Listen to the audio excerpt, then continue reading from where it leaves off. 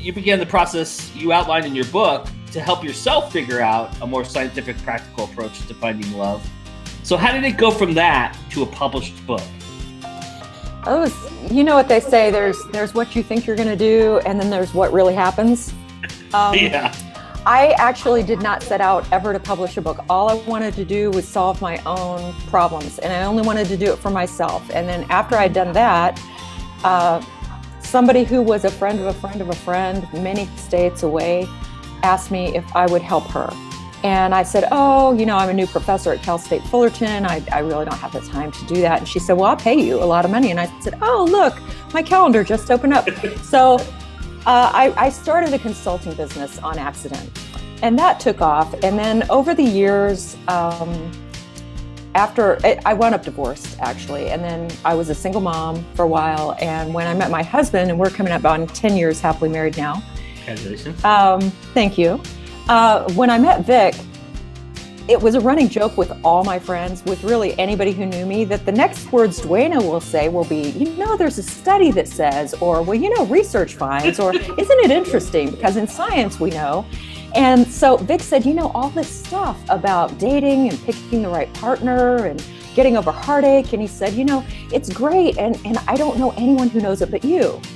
And I said, well, you know, actually, a lot of people know at least part of it. The scientists who conduct the research know it. And he said, yeah, but are they writing these books? And I said, no, they're not. And he said, well, you should write a book. And at the time, I guess my daughter was 6, and I really felt like I didn't want to go to work during the day and spend I had a kid because I wanted a kid, not because I wanted an heir or something. So basically, I put off doing anything about this. And then my husband said, when she was about 7, he said, okay, if not a book, why don't you just do a blog? You seem to have a real need to talk about this. People want to hear about it, I think, just his opinion. Why don't you just do a blog? And one day I was lecturing to my students about things people regret. And I realized that the thing I was going to regret if I died young would be that I never wrote the book.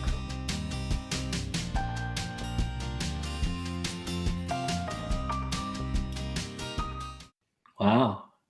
And so I started with the blog, and then just to get things going. And then eventually it reached kind of a critical mass, and I started getting demands for a book. First it was requests, and then I had this one fan who's thanked in the book. Her name is Holly Russo, and now Holly Russo Mori. And she used the book to find her delightful mate. And she started sending me my articles in order and said, well, what if I put it together as a book for you? Like, she was going to do this book whether I was going to do the book or not. So I thought, okay, it's really time. And initially I thought I would get a big publishing house, and then I did research into it and was like, no, I don't think so. With subject matter like this, where it's relatable material, how much of what you went through made it into the final cut of the book, and how much is it just facts and figures? Were you careful to kind of make sure that you had some stories that were relatable, that, you know, it wasn't just a fact and figure book? Nobody wants to read facts and figures. No. If they did, then the best sellers out there would be academic journals. Literally, unless you are a professional bean counter, nobody wants to read your facts and figures. Nobody. Yeah. So you even have a hard time within organizations that are fact and figure based, getting those people to read facts and figures. For example, there was a study on, you see, I'm already doing it. There was a study on how many people read scientific journal articles in the social sciences. And it turned out that most articles published in social science are read by the person who wrote it, whoever collaborated with them, and the reviewers. And that's it. Most of them were read by 5 to 6 people. And that's giving them a little more readership than they probably really got. So Right. I read science so you don't have to. That's basically what I do. I knew that the human brain evolved with stories. What we told each other around campfires were stories, and what made a lasting impression on the people that we raised our humanity with was stories. People didn't have statistics until very recently. So trying to approach people with stats doesn't work. And I'll be darned if I'm going to write a book that doesn't work. So what I did is I did not write a science book. I also didn't write what else is out there, which is just advice books. I've got to tell you, it's a peeve of mine when people write advice books and Two peeves. They write an advice book, but then throughout the book they say that they don't give advice. What is up with that? I'm thinking of two really prominent authors right now who write nothing but advice books, and they'll tell you several times in the book, well, I'm not giving you advice or anything. Yes, you are. You're giving me advice. So I'm honest about it. This is an advice book. This is a self-improvement, self-help, relationship help book. The differentiator is it's based on science instead of being based on my dating experience. That said, I have stories about my dating and relational experience in there, but I have a lot of other people's stories too, and they're true stories. Nice. What is this exhausting research process like? Because I gotta imagine it's exhausting because that's what you base it on is science. But I mean, obviously, it's exhilarating for you because that's what you like. But you had to run into some brick walls sometimes as well. So how do you approach it? Are you someone who gathers all the facts and figures first and then tries to weave that into a story? Are you someone who's weaving a story and then goes and researches it as you're telling the story? How did you approach that process? It's really interesting. I think if I had started out to write a book, I would have approached it much differently. But keep in mind, I started out to help myself. Right. And because I wasn't starting out to write a book, instead of having a preconception about what the narrative would be and making things fit into that preconception and cherry picking what already fit with what I wanted, I read everything that I could. Nice.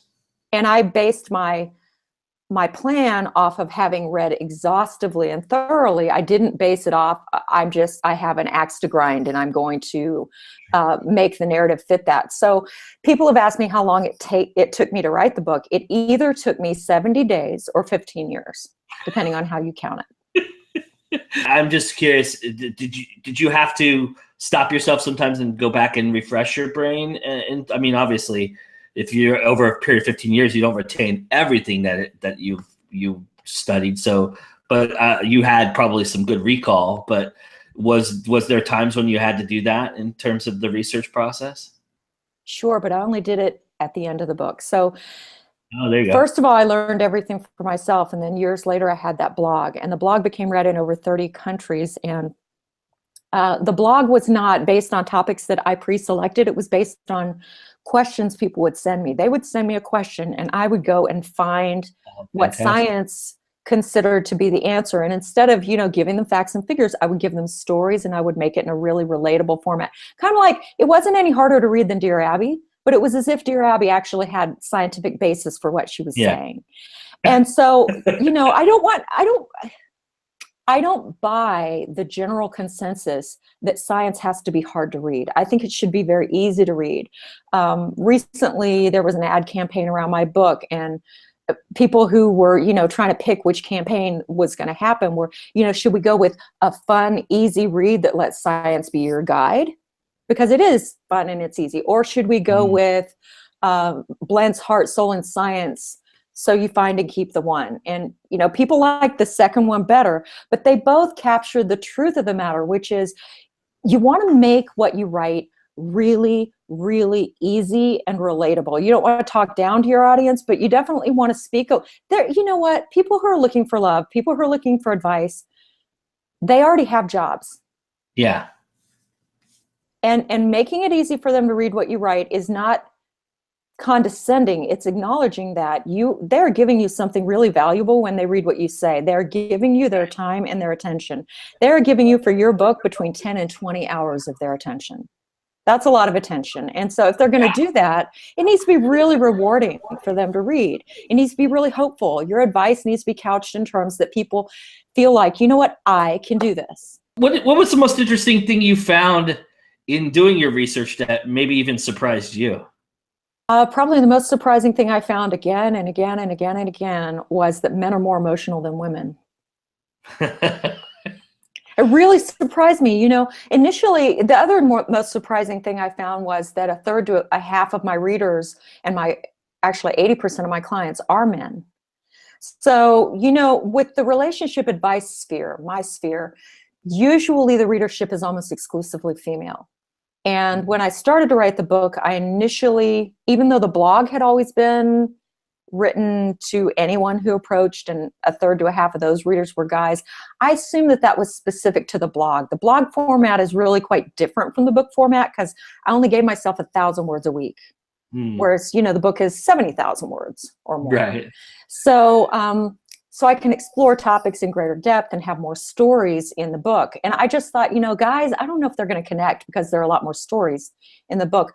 Well, it turns out guys really, really like the book. And I was trying to figure out why. And what surprised me was men are more emotional than women, and men value love as much as women do. And they want their relationships to work just like women do. And they are willing to invest money and energy and attention in making their relationships work, but they want it to be from a standpoint of fact. They do not want to hear just yet another person's opinion who says, well, I have female parts, so here's the advice, guys, or I had terrible dating experiences and here's what I learned. They don't want that. They want the stories, but they want to know that it's based on the stats. What do you like about being indie? Oh my gosh, it's so funny. I learned so much over the course of the summer. So I told you, I just turned down this big publishing contract from Hachette.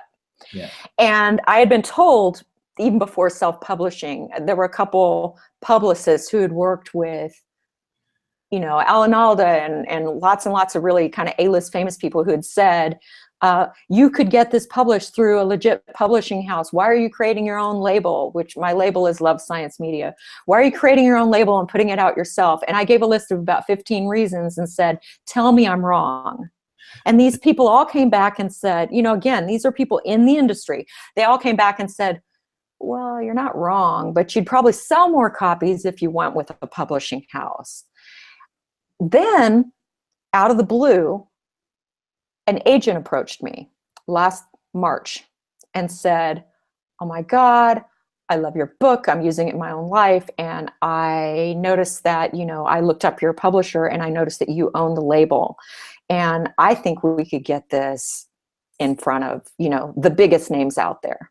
And she did a good job of getting it in front of the biggest names out there.